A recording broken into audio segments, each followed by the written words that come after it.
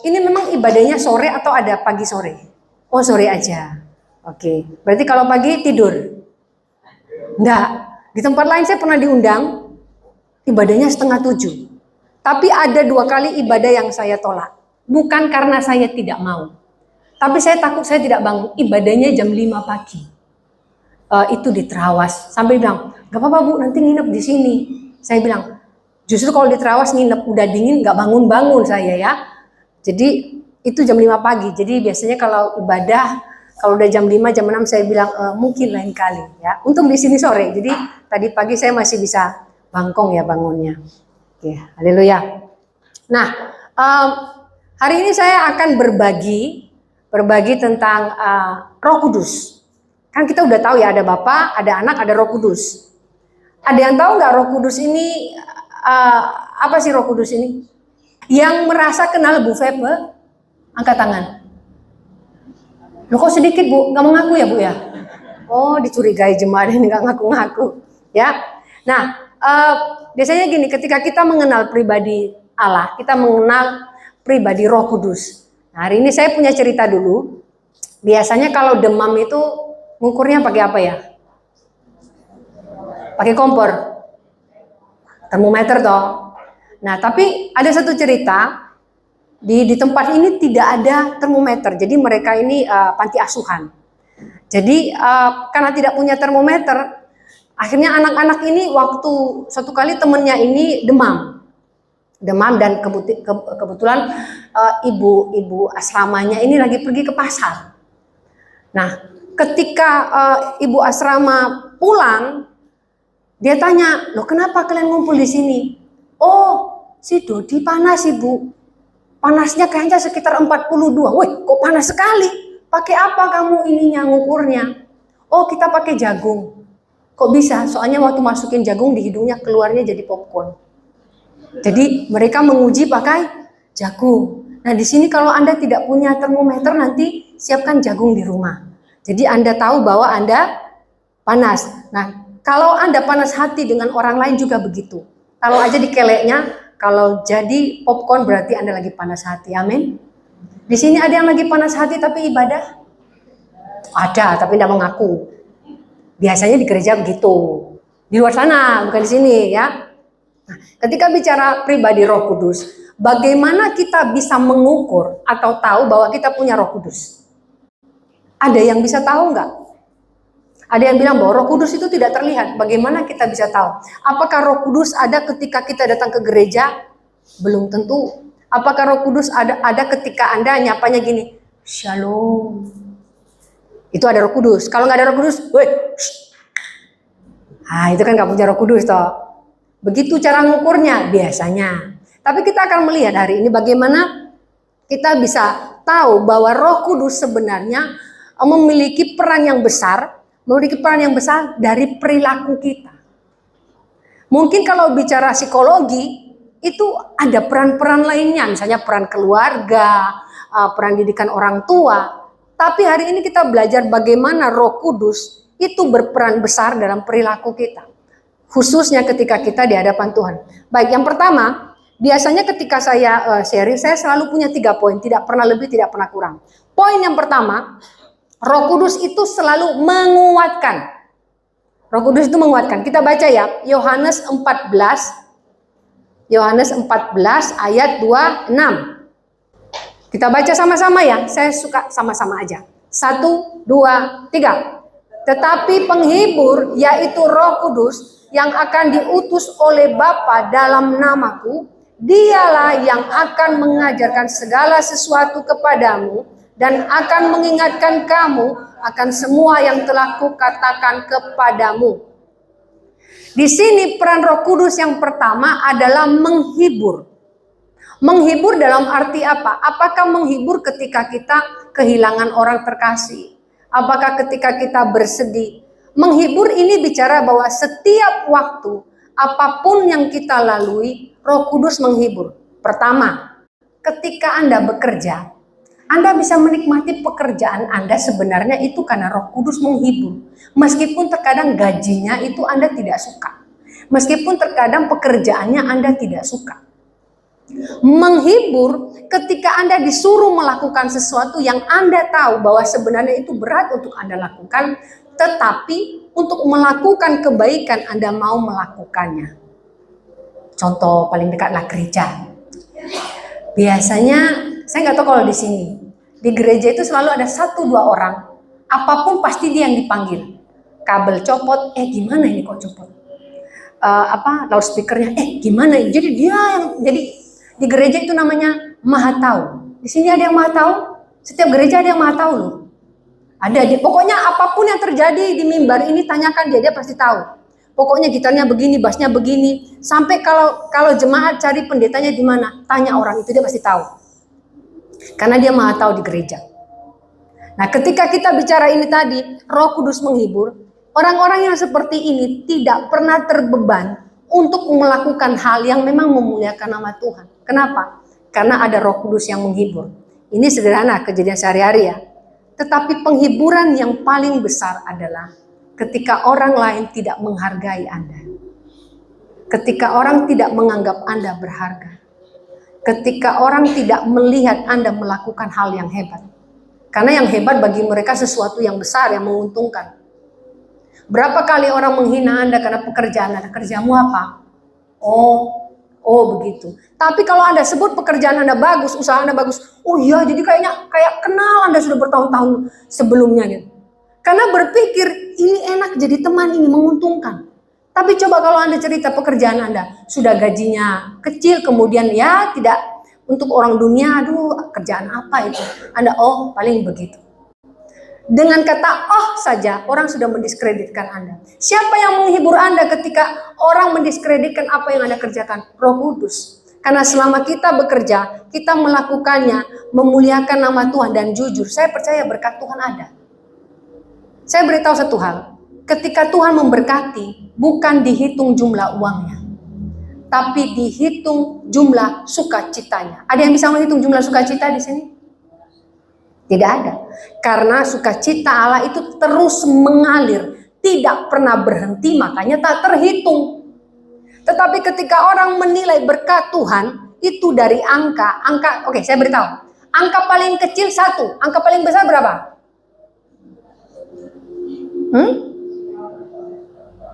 Tidak ada angka paling besar. Ketika Anda berpikir 10 paling besar, ada 20. Ketika Anda berpikir 1 miliar, ada yang lebih gede dari situ lagi. Karena memang angka tidak akan pernah berhenti. Mau cari di mana angka itu. Jadi istilahnya gini, ketika Anda mau jadi kaya, motivasi Anda itu tidak akan pernah berhenti. Anda menyiksa diri Anda untuk mencari sesuatu yang tidak ada ujungnya. Tapi ketika Anda bekerja berapapun gajinya, Roh Kudus menghibur. Tidak apa-apa, cukupkan dirimu. Makanya kalau orang Kristen itu gini, semua pas. Pas lapar ada makanan. Ya kan? Pas pendetanya masak di rumah. Numpang, enggak apa-apa, kan pas. Ya. Pas butuh sepeda motor, ada. Pas temennya minjemin gitu loh. Pokoknya semua serba pas. Yang jelas tidak ngutang. Di sini saya mau tanya, yang punya sepeda motor meskipun tidak baru tapi bisa gelundung, angkat tangan. Bersyukur tidak punya sepeda motor begitu? Bersyukur Pak, masih untung gelundung. Flintstone itu yang gelundungin kakinya loh. Tahu film Flintstone toh? Nah, itu kakinya yang lari-lari. Coba kalau Anda punya mobil seperti itu zaman dulu. Jadi bersyukur Anda hari ini punya sepeda motor bisa gelundung. Yang penting nyampe di tempat. Ini cara Roh Kudus menghibur kita. Hari ini apa yang kita miliki dalam hidup kita? Kita punya istri, misalnya buat suami. Suami angkat tangan. Ya, ketika istri Anda gemuk, puji Tuhan. Kenapa?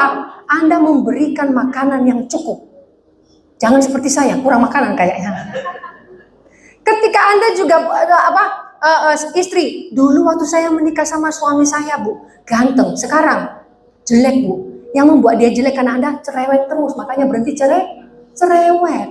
Mukanya suaminya yang tadi mau senyum pulang, cembetut terus tiap hari. Jadi yang membuat dia jelek siapa? Anda. Jadi berhati-hati ketika Anda komplain sama Tuhan. Tuhan, kenapa sekarang istriku gemuk? Tuhan bilang, katanya suruh diberkati. Tuh istrimu gemuk. Coba kalau kurus orang tanya, enggak mau kasih makan tak? Jadi bersyukur ini penghiburan Roh Kudus. Kemudian Anda mau tanya, Tuhan, kenapa anak saya pendek, anak orang lain tinggi? Ibu pendek, bapak pendek, maunya anaknya tinggi. Justru kalau tinggi Anda curiga, anak siapa itu?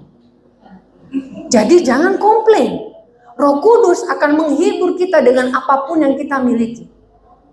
Jadi saya tidak mau cerita soal duka cita. Setiap orang akan mengalami yang namanya duka cita. Tapi keseharian kita mengalami hal yang seperti ini. Karena sering iblis membuat kita membandingkan diri kita dengan orang lain. Jadi ini peran Roh Kudus dalam perilaku kita setiap hari, bahwa kita tahu yang namanya bersyukur. Hari ini yang jomblo belum menikah, bersyukur. Anda hemat biaya. Loh ya, terus mau nikah mau minta siapa? Ya kalau ibunya punya uang banyak, bapaknya kalau enggak, masa utang. Oh bu, nanti kalau saya nikah nggak makan bu. Nah, terus apa? Lihat gambar aja. Jadi dikasih gambar buat gambar makanan, ya. Tidak apa-apa kalau begitu. Tapi jangan pernah komplain, Tuhan saya udah umur segini belum menikah. Tenang, itu cara Tuhan membuat Anda jadi orang kaya. Karena Anda bisa mengumpul uang setiap hari. Coba kalau pria Anda menikah hari ini, Anda mau yang cantik.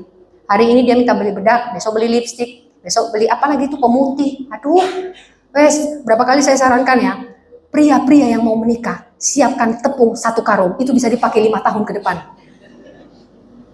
Daripada bedak loh segini berapa ratus, habis berapa bulan. Roh Kudus menghibur Anda untuk bersyukur dengan keadaan Anda.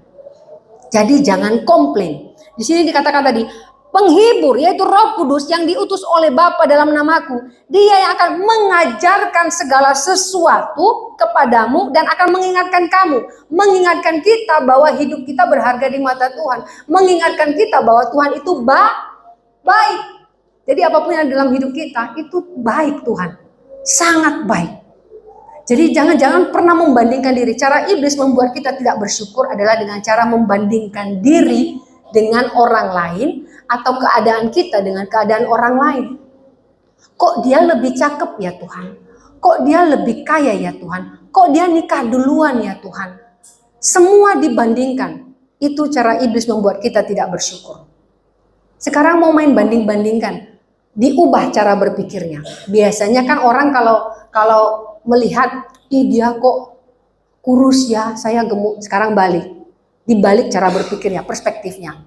Kekurusan itu pasti kurang gizi. Lihat saya, sehat. Dibalik. Jadi lihat sesuatu yang negatif, menurut dunia, itu lihat jadi positif. Bukan soal dosa loh ya. Tetapi bagaimana penilaian dunia tentang hidup kita, yang terkadang membuat kita merasa kita tidak diberkati oleh Tuhan. Jadi ini poin yang pertama.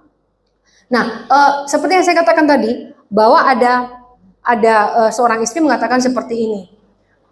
Kemarin anak saya tanya, Mah, dulu papa itu sebelum menikah gimana sih?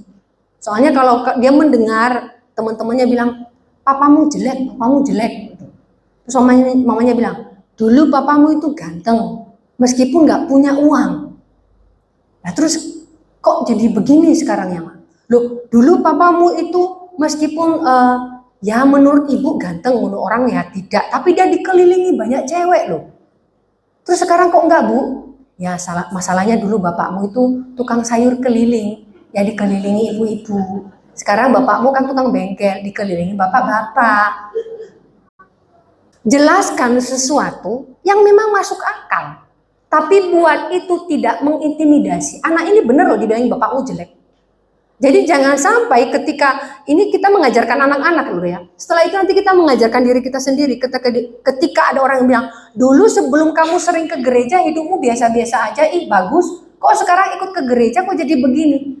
Jadi iblis akan menyalahkan gereja, iblis akan menyalahkan Tuhan, iblis akan menyalahkan keadaan Anda. Ini yang membuat orang jadi antipati dengan gereja. Padahal yang salah bukan gereja. Makanya beberapa orang itu ya, pekerjaannya tidak sukses yang disalahkan pendeta. Dia tidak menikah yang disalahkan pendeta. Alasannya apa? Pendetanya doanya kurang tok. Emang pendeta itu Tuhan. Pendeta itu mendoakan Anda. Hamba Tuhan itu mendoakan Anda. Tapi berkat itu datang dari Tuhan.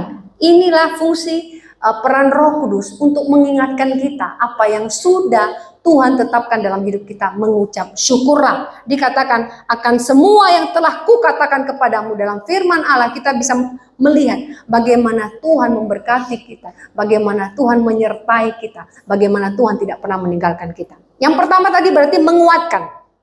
Jadi hari ini kalau iblis mulai mengintimidasi Anda ya dengan keadaan, ingat kita punya Roh Kudus. Nah, ini tadi cara-cara mengetahui kita punya Roh Kudus apa tidak. Kalau Anda tidak dikuatkan, orang hanya bilang, itu loh. Anda langsung merasa, Anda langsung tersinggung, berarti Anda belum punya Roh Kudus. Istilahnya, kalau orang cepat baper itu loh. Nah, itu berarti dia nggak punya Roh Kudus. Jadi jangan pernah ambil masukan ke hati ketika ada orang menyatakan sesuatu yang negatif tentang Anda. Saya paling senang kasih contoh itu yang ibu-ibu loh. Gak ngomong, tapi kelihatan kalau sedang menyindir. Gak ada omongan, gitu tuh.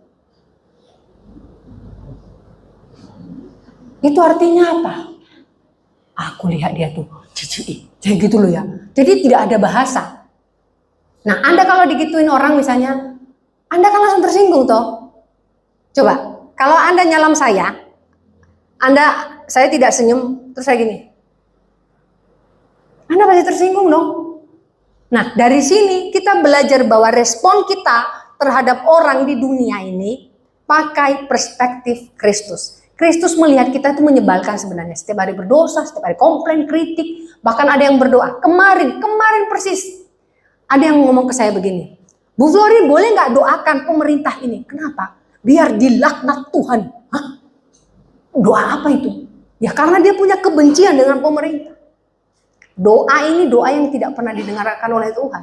Kita jangan pernah berdoa dengan orang untuk orang jahat supaya dia dihukum Tuhan, tapi berdoalah supaya orang itu diberkati Tuhan. Ketika dia diberkati Tuhan, ketika Roh Kudus bekerja dalam hidupnya, dia diubahkan. Itu yang namanya kuasa doa. Yakobus itu kalau baca Yakobus bilang begini, doamu itu salah. Kalau hari ini ada doa yang mungkin belum didengar Tuhan sampai hari ini, berarti doanya salah. Termasuk yang cari jodoh. Kok sampai sekarang enggak? Masa kalau doa sama Tuhan, aku mau yang ganteng, yang kaya, yang putih, punya motor, rumahnya besar, punya usaha, banyak sekali kayak belanjaan ibu-ibu mau ke supermarket. Tuhan bilang ini kok doa kok panjang sekali. Kalau berdoa, tanya apapun yang menjadi kehendak Tuhan, saya terima karena saya percaya itu berkat Tuhan. Jadi tidak usah kasih daftar sama Tuhan. Jadi yang pertama tadi dikuatkan. Yang kedua itu apa peran Roh Kudus? Memimpin. Ini penting karena memimpin, ketika Roh Kudus memimpin, pertama ketika kita mengambil keputusan, kalau tanpa pimpinan Roh Kudus, keputusan ini selalu buruk. Kita baca dulu Yohanes 16 ayat 13. Tetapi apabila ia datang, yaitu Roh kebenaran, ia akan memimpin kamu ke dalam seluruh kebenaran. Sebab ia tidak akan berkata-kata dari dirinya sendiri, tetapi segala sesuatu yang didengarnya itulah yang akan dikatakannya, dan ia akan memberitahukan kepadamu hal-hal yang akan datang. Saya kasih contoh anak muda dulu aja.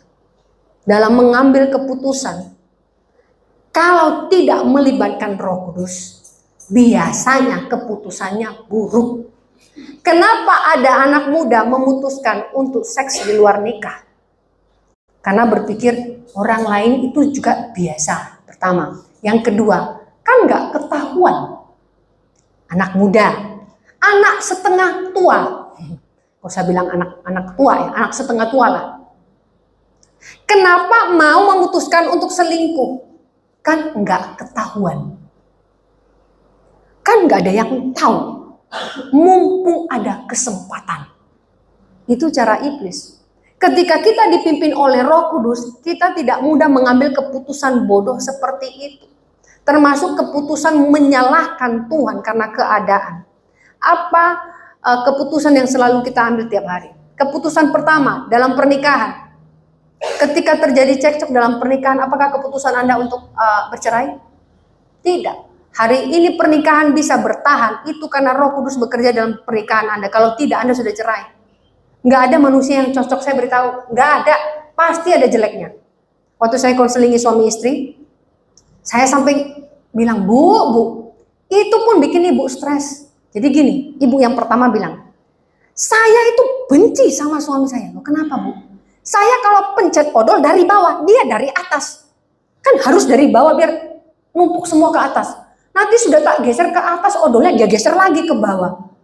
Saya bilang, Bu, gara-gara odol. Jadi tiap hari mereka itu gini, pencet odol ke atas istrinya, suaminya nggak seneng, pencet ke bawah, pencet.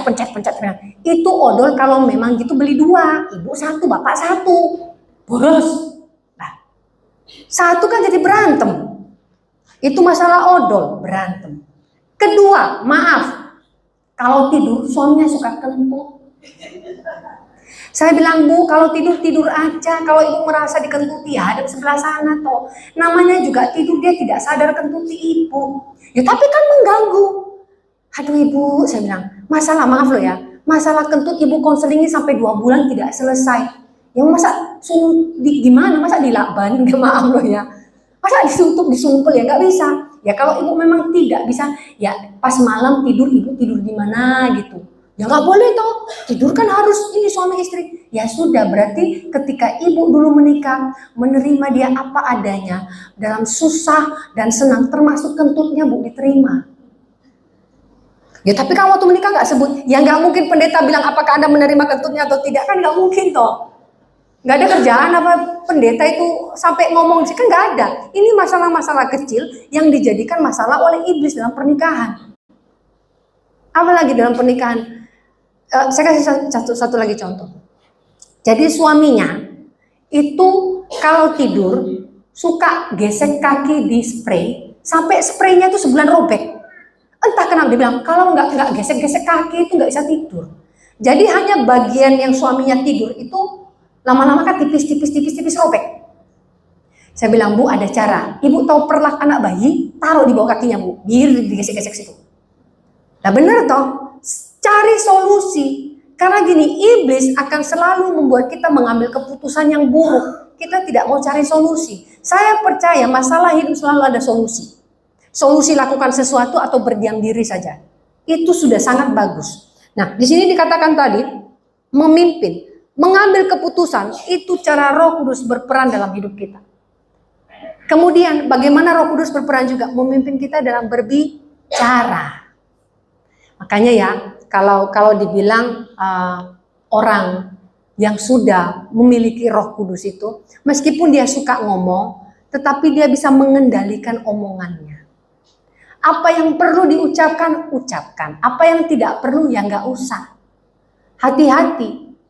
Contoh yang paling buruk di dalam gereja, Anda tidak tahu kebenarannya, terus Anda tanya. Misalnya gini, saya cerita ke Bu Febe misalnya, Bu, si A tadi saya lihat loh sama wanita lain. Jangan bilang siapa-siapa ya Bu. Bu Febe ke ibu sebelah. Jangan bilang siapa-siapa. Tadi jangan bilang siapa-siapanya, satu gereja tahu. Ini ngomong jangan siapa-siapa, itu ngomong jangan siapa, semua siapa-siapa jadi tahu. Padahal belum tentu cerita saya ini benar. Tetapi kalau kita dipimpin oleh Roh Kudus, saya membuka cerita, Roh Kudus ada, selesai sampai di Bu Febe. Tidak kemana-mana. Jadi tidak ada omongan. Yang paling buruk ketika jemaat mengomongi pendeta. Digosipin pendetanya berawal dari ketidaksenangan. Iya kalau benar. Kalau tidak, Anda urusannya dengan Tuhan. Jadi berhati-hati. Jadi Roh Kudus juga memimpin kita dalam berbicara. Nah, biasanya gini, respon kita, ada nggak orang di sini kalau diceritakan sesuatu mesti menimpali dengan buruk. Si ini gini-gini, iya memang begitu loh. Jadi kita tambah panas lagi, menambah-nambahin. Nah ini tipe-tipe penyakit dalam gereja juga. Ya. Hati-hati, yang membuat gereja tidak bisa bertumbuh karena omongan. Boleh kalau saling memberkati, tapi kalau saling ngomongin, ini membuat gereja tidak bertumbuh. Kalau bicara memimpin tadi banyak hal. Kalau hari ini pernikahan Anda, saya katakan tadi bisa bertahan itu karena Roh Kudus memimpin Anda. Saya punya cerita, saya banyak cerita tentang suami istri.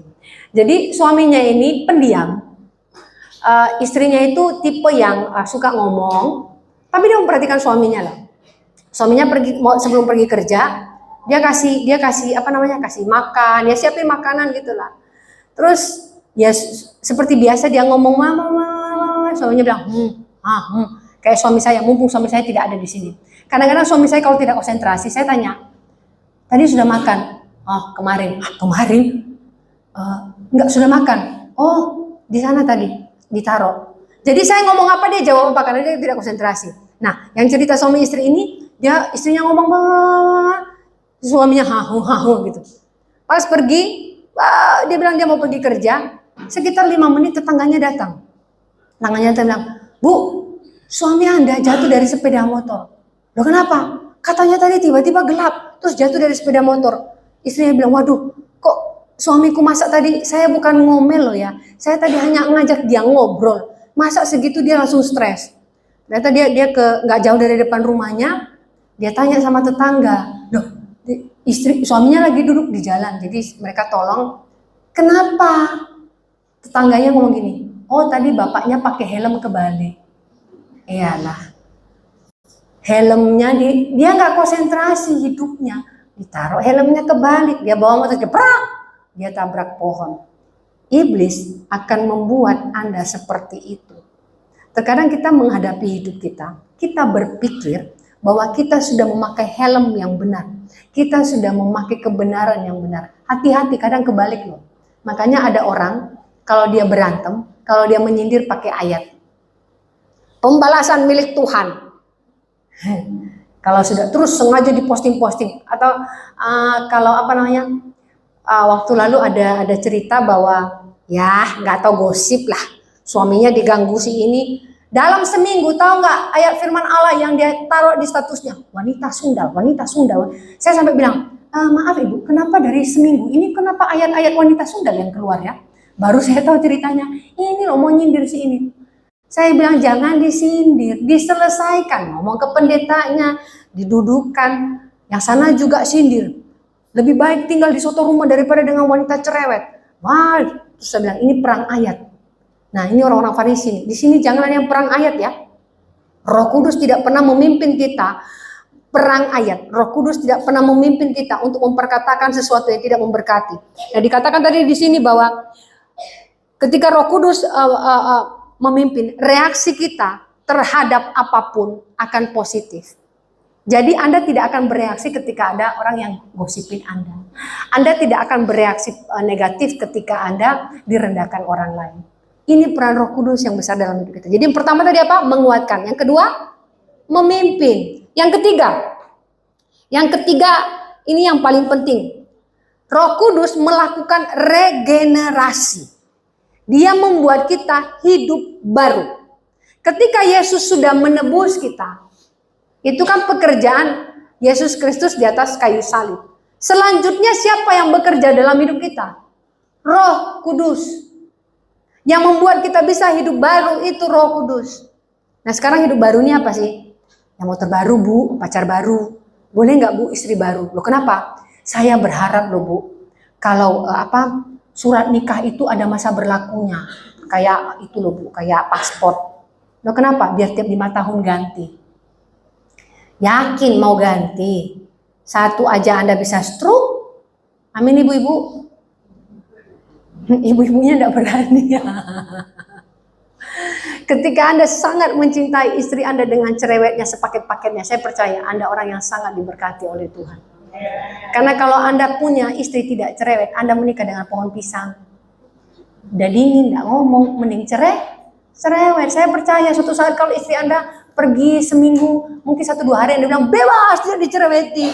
3 hari, 4 hari Anda tidak makan, kurus, Anda masuk rumah sakit. Makanya bersyukur punya istri yang cerewet. Cerewet artinya istri Anda hidup sehat mulutnya ya. Yang penting cerewetnya tidak mengata-katai suaminya ya. Amin ya. Biasa, anggap saja radio rusak. Ya. Regenerasi kita baca Titus 3 ayat 5. Titus 3 ayat 5. Pada waktu itu dia telah menyelamatkan kita bukan karena perbuatan baik yang telah kita lakukan, tetapi karena rahmat-Nya oleh permandian kelahiran kembali dan oleh pembaruan yang dikerjakan oleh Roh Kudus. Yang bisa membarui kita hanya Roh Kudus.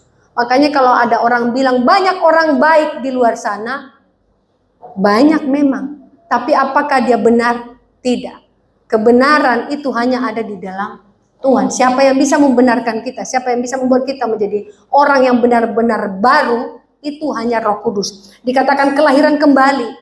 Kelahiran kembali ini orang yang lama, kita yang lama, sudah tidak seperti itu lagi. Kita menjadi orang yang baru. Hari ini kita mengingat. Kemarin apa yang masih mengikat kita? Mungkin hari ini kita bilang, ya biasalah, tidak ada yang biasa. Ketika itu dijadikan iblis menjadi hal yang Anda anggap bukan dosa. Saya mau bertanya dulu, apakah, contoh ya, Anda tidak ngomong, apakah dosa ketika ada orang datang ke gereja, ada cewek itu loh, bajunya itu kurang bahan, kurang di sini, mengketut, dia pakai baju anaknya kayaknya, sampai sempit gitu. Terus Anda melihat, dosa enggak? Dosa. Ya kan dia lewat, bukan salah saya. Matanya ditutup, kalau colokin mata sendiri. Lihat-lihat, untung gak ada istrinya di sebelah. Kalau ada, itu pulang ke rumah, semua piring, semua panci kena muka itu. Mata bisa membuat kita berdosa. Jadi jangan anggap itu biasa. Bukan salah saya, Bu. Kalau begitu, Yusuf juga bilang, loh bukan salah saya, kan istrinya Potifar yang goda saya. Lari. Ketika dosa datang dalam hidup kita, lari. Dosa itu akan mendekati orang-orang yang mudah ditipu. Jadi kalau hari ini Anda berdosa dan Anda anggap itu biasa, berarti Anda orang yang mudah ditipu. Iblis ini penipu ulung, makanya kalau ada pria-pria di luar sana suka menipu, berarti itu iblis. Hati-hati suami, jangan pernah menipu istri Anda. Bulan ini gajiku dipotong loh, cuma 50%. Kok bisa? Dah tahu tuh bosnya jahat, hati-hati. Sepertinya bukan bos yang potong itu. Dicek ya ibu-ibu, telepon langsung kantornya. Pak bos mau tanya, apa benar dipotong ini? Jangan pernah menipu, jangan pernah berbohong. Karena ini cara iblis membuat kita hidup dalam dosa yang dianggap biasa. Bohong-bohong biasalah anak muda. Kemana? Belajar. Kemana? Sama teman di situ loh. Beneran. Lebih baik Anda ngomong, mungkin Anda tidak diizinkan, tapi kejujuran akan memberkati Anda. Kalau tadi Roh Kudus mengatakan regenerasi, sesuatu yang lama diubahkan. Apa kehidupan kita yang lama? Mungkin Anda suka bohong, diubah itu. Mungkin Anda suka ngata-ngatain orang lain, diubah itu. Mungkin Anda suka melihat orang lain dengan mata yang sinis, diubah itu.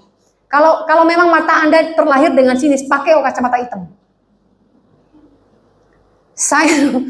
Kalau saya cerita nggak enak, saya pernah ketemu orang, saya merasa tersinggung karena dia istri pendeta. Masa dia salam saya itu kayak mau gigit saya. Saya langsung bilang sama yang undang saya, itu istri pendeta itu kok marah sama saya ya?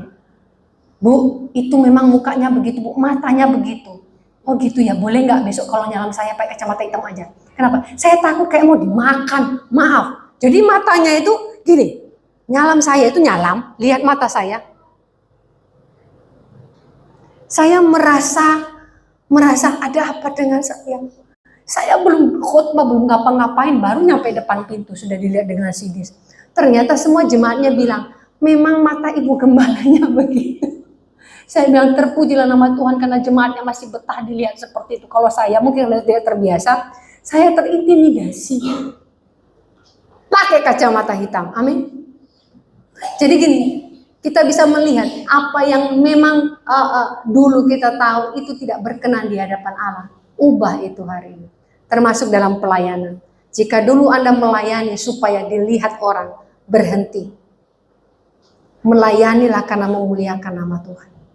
Jangan karena dilihat orang. Apalagi supaya dilihat cewek-cewek cakep. Saya mau nyanyi, Bu. Nyanyi. Waktu saya pegang musik, ada satu anak bilang, saya didoakan oleh pendeta dan pendeta ini bilang, saya jadi pemimpin pujian panggilan saya. Oh ya, nyanyi. Saya main musik di C, dia nyanyi di X. Hah? Tapi pendeta bilang saya pemimpin pujian. Terus maaf ya, namanya gereja ya, kita ya nyanyi. Dia sama stand begini. Dia kayak konser. Sudah musiknya kuncinya tidak pas, ini digoyang-goyang. Terus, nah ini karena dia mau pamer.